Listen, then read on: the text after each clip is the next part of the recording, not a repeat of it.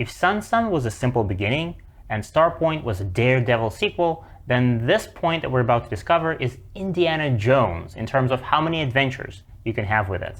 And it's this point here, 3-4, or symmetrically like this. In Japanese, this point is referred to as Komoku. Ko meaning small, and moku means a point, so it's a small point.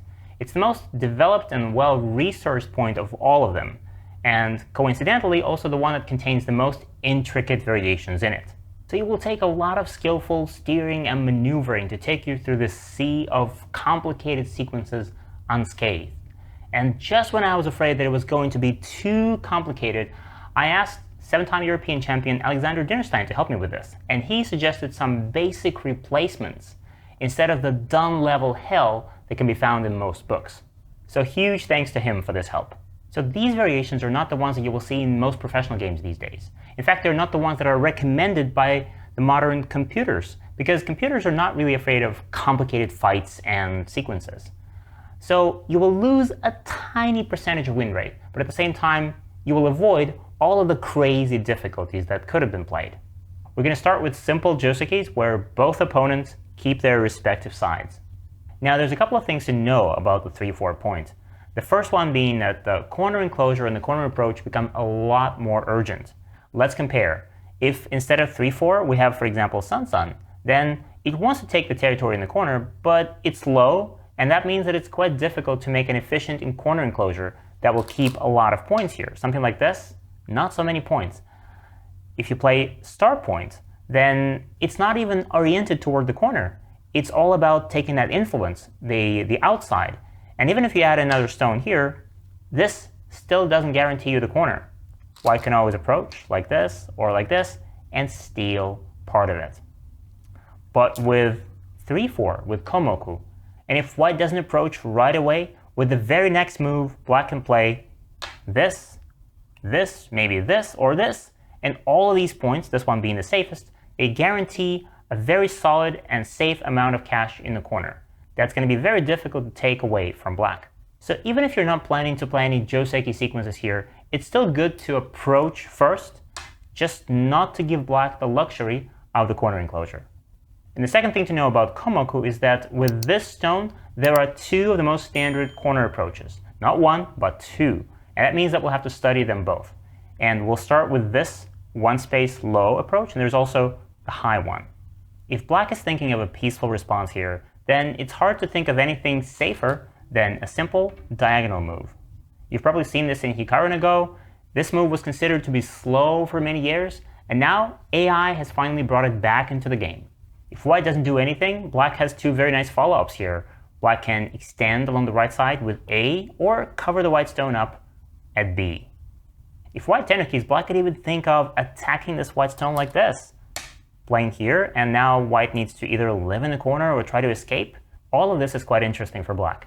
But of course, white doesn't have to tenoki. White can also extend somewhere at A, B, or C. And if white decides to extend, for example like this, in the future, black can also play this kick to keep the corner.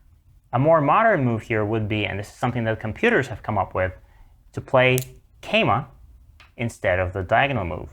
This move is aiming to take more territory on the right side, and white could also tenoki or play an extension, for example here.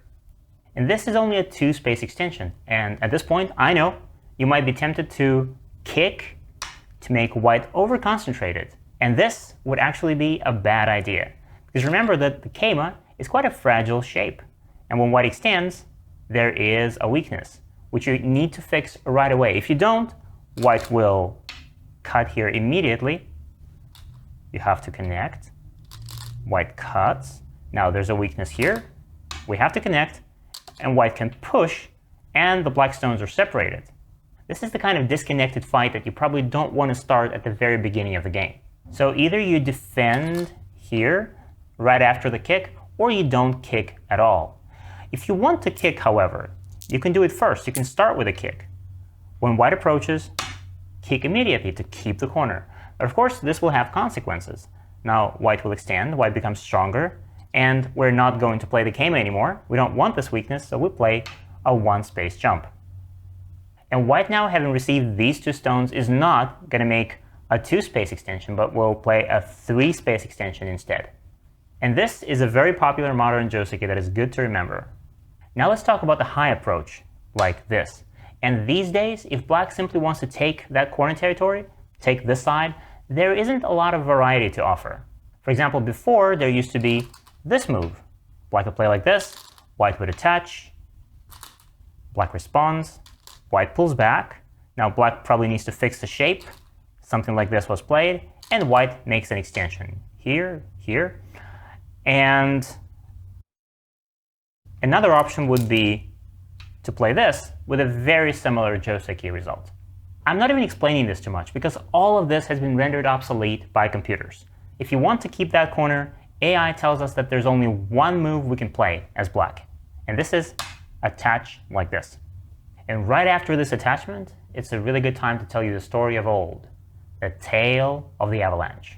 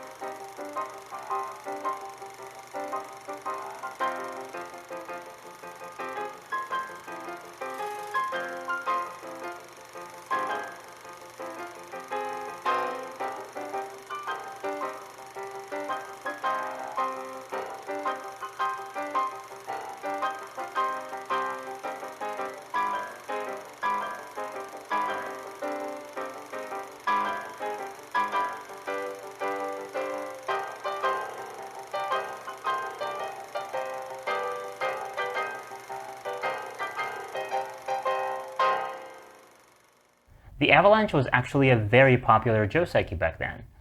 Dozens of complicated variations that everyone memorized and played. All of the professionals liked it. Amateurs tried to imitate the professionals, and all of that was gone in a flash when the computers came and announced that the avalanche was not good for either player. So now nobody plays it anymore. But in some situations, white might still be tempted to go for the avalanche, even though the computer will criticize you a bit. For example, if white has a large influence or moyo on the right side here, in this case, white doesn't want to turn this way and get the bottom. Then white could still play this and go for this side. And now if you're black here and white is offering you to play the avalanche and you don't want to get trapped into that crazy complexity, I will show you a variation that you can play that will simplify everything and just give you the corner. Instead of trying anything crazy like this or like this, just extend, save this stone. This is a hane, so we extend toward the corner. Now white probably wants to keep building the influence, so white will probably extend like this. We don't want to allow white to also block here, so now it is a good moment to play this and force white to respond. If white doesn't respond and plays here, for example, then Atari, and we get the right side that white wanted in the first place. So white probably extends, and now the good old Keima to the second line to make sure that everything is well connected and safe. This variation is quite straightforward, and black gets a nice corner without any trouble. However, if we ask the AI, it will still tell us that the only variation for both black and white here is this attachment. White plays a hane. Black pulls back toward the corner. Next, white defends the cutting point like this or like this. Black needs to protect the corner. You can leave it like this, and the corner is already there. You're not going to lose it. It's not dying. But if you leave it like this, white will be able to press it down by playing this or maybe this. So if you don't want this to happen, then typically you want to add another move here. And this gives black a nice solid piece of territory worth about 14 or 15 points. And now it's time for white to make an extension along this side. And do you remember the rules of extensions? How far can you go? We can count white as a wall of 2 stones, and from 2, we make a 3 space extension. So white will extend here or here. Anything closer, like this, feels over-concentrated, and anything farther away like this can be easily invaded by your opponent.